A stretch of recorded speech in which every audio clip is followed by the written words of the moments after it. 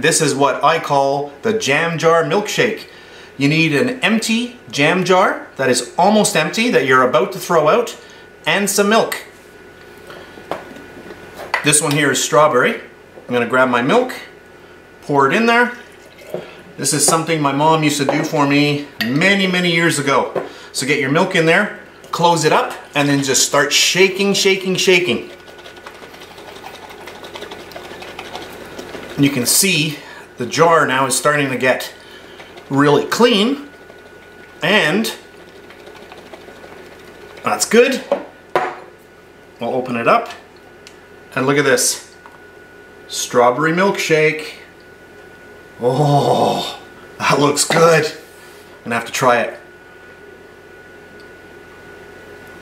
Oh, super. Really fast video today. I hope you enjoyed it, and I'll see you next time. Yum. Oh, that's good. Hey there, before you go, you can click on the subscribe button, which will automatically subscribe you to my YouTube channel, and you'll be notified every time I upload a brand new video. Or you can click on my website, and you can also click on the videos, and you'll go to another one of my video recipes. Thanks for watching.